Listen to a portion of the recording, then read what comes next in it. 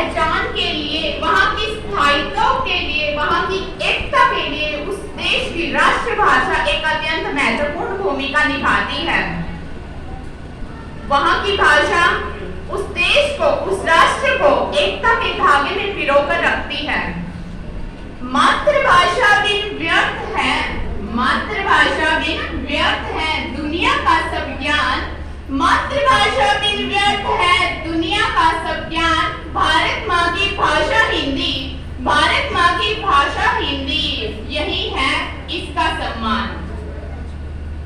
यदि मैं बात करूं मातृभाषा पर, तो मातृभाषा का अर्थ है माँ की भाषा, अर्थात जिस प्रकार हम अपनी माँ से प्रेम करते हैं वैसे ही हमें अपनी मातृभाषा से प्रेम करना चाहिए।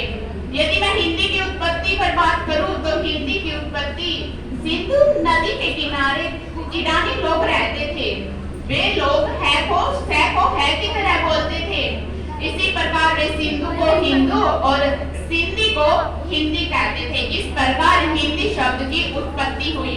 14 सितंबर 1949 को हिंदी को राजभाषा का दर्जा दिया गया, परंतु अंग्रेजी के अथवा में 14 सितंबर 1949 को हिंदी को राजभाषा का दर्जा दिया गया। जब संविधान की रचयिता हो रही थी, जब संविधान रचित हो रहा था, तब एक प्रश्न उठा कि राष्ट्रभाषा किस भाषा को घोषित किया जाए। तब कुछ लोगों का कहना था कि हिंदी को, तो कुछों का कहना था अंग्रेजी को। तो उस पर अनेक तर्क वितर्क करने के पश्चात यह निर्णय लिया गया कि हिंदी को ही राजभाषा का दर्जा दिया जाएगा। इस हिंदी को अर्थात हमारी मातृभाषा, हमारी राजभाषा को अपना स्थान घेरने के लिए, अपने प्रचार प्रसार के लिए 15 वर्ष का समय दिया गया, ताकि 15 वर्ष में यह अपना प्रचार प्रसार कर सके और पूरा स्थायित्व अपना स्थान घेर सके। एक बार की बात बताऊं मैं, 1899 में स्वामी विवेकानंद जी अमेरिका गए हुए थे।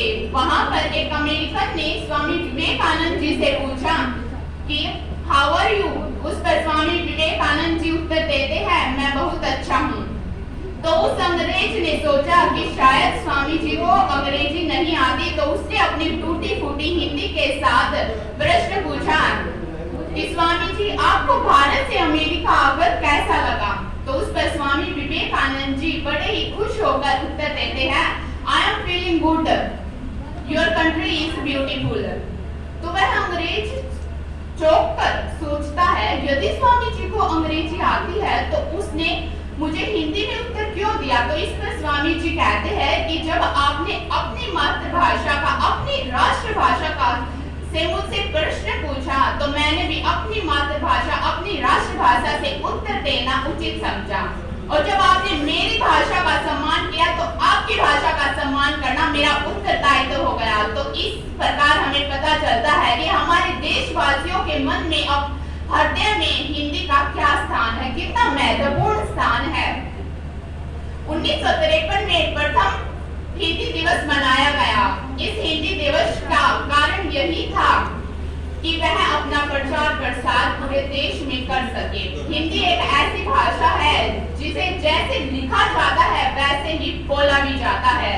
यदि हम हिंदी में किसी अन्य भाषा का शब्द मिला लें तो कोई फर्क नहीं पड़ता, और यदि यही कार्य हम दूसरी भाषाओं के साथ करें तो साफ नजर आ जाता है। तो इस पर अंग्रेजों ने द काइनेस्ट लैंग्वेज का खिताब दिया हिंदी को। हिंदी हमारी मातृभाषा है, हमें इसका सम्मान करना चाहिए, इसे आदरपूर्वक भाव से बोलना चाहिए, इसे हमें बोलते वक्त शर्म नहीं आनी चाहिए, लज्जा नहीं आनी चाहिए, क्योंकि यही हमारी मान है, यही हमारी शान है। यदि मैं हिंदी की बात करूं तो हिंदी को संस्कृत की बड़ी बेटी भी कहा जाता है। हम 14 सितंबर को 1 सितंबर से लेकर 14 सितंबर तक हिंदी पखवाड़े के रूप में मनाते हैं। अंत में अपनी वाणी को विराम की ओर ले जाते हुए मैं यही कहना चाहूंगी कि हिंदी हमारी मातृभाषा है, हिंदी हमारी राजभाषा है, हमें इसका सम्मान करना चाहिए, इसे आदर देना चाहिए। जय हिंद, जय मां भारती।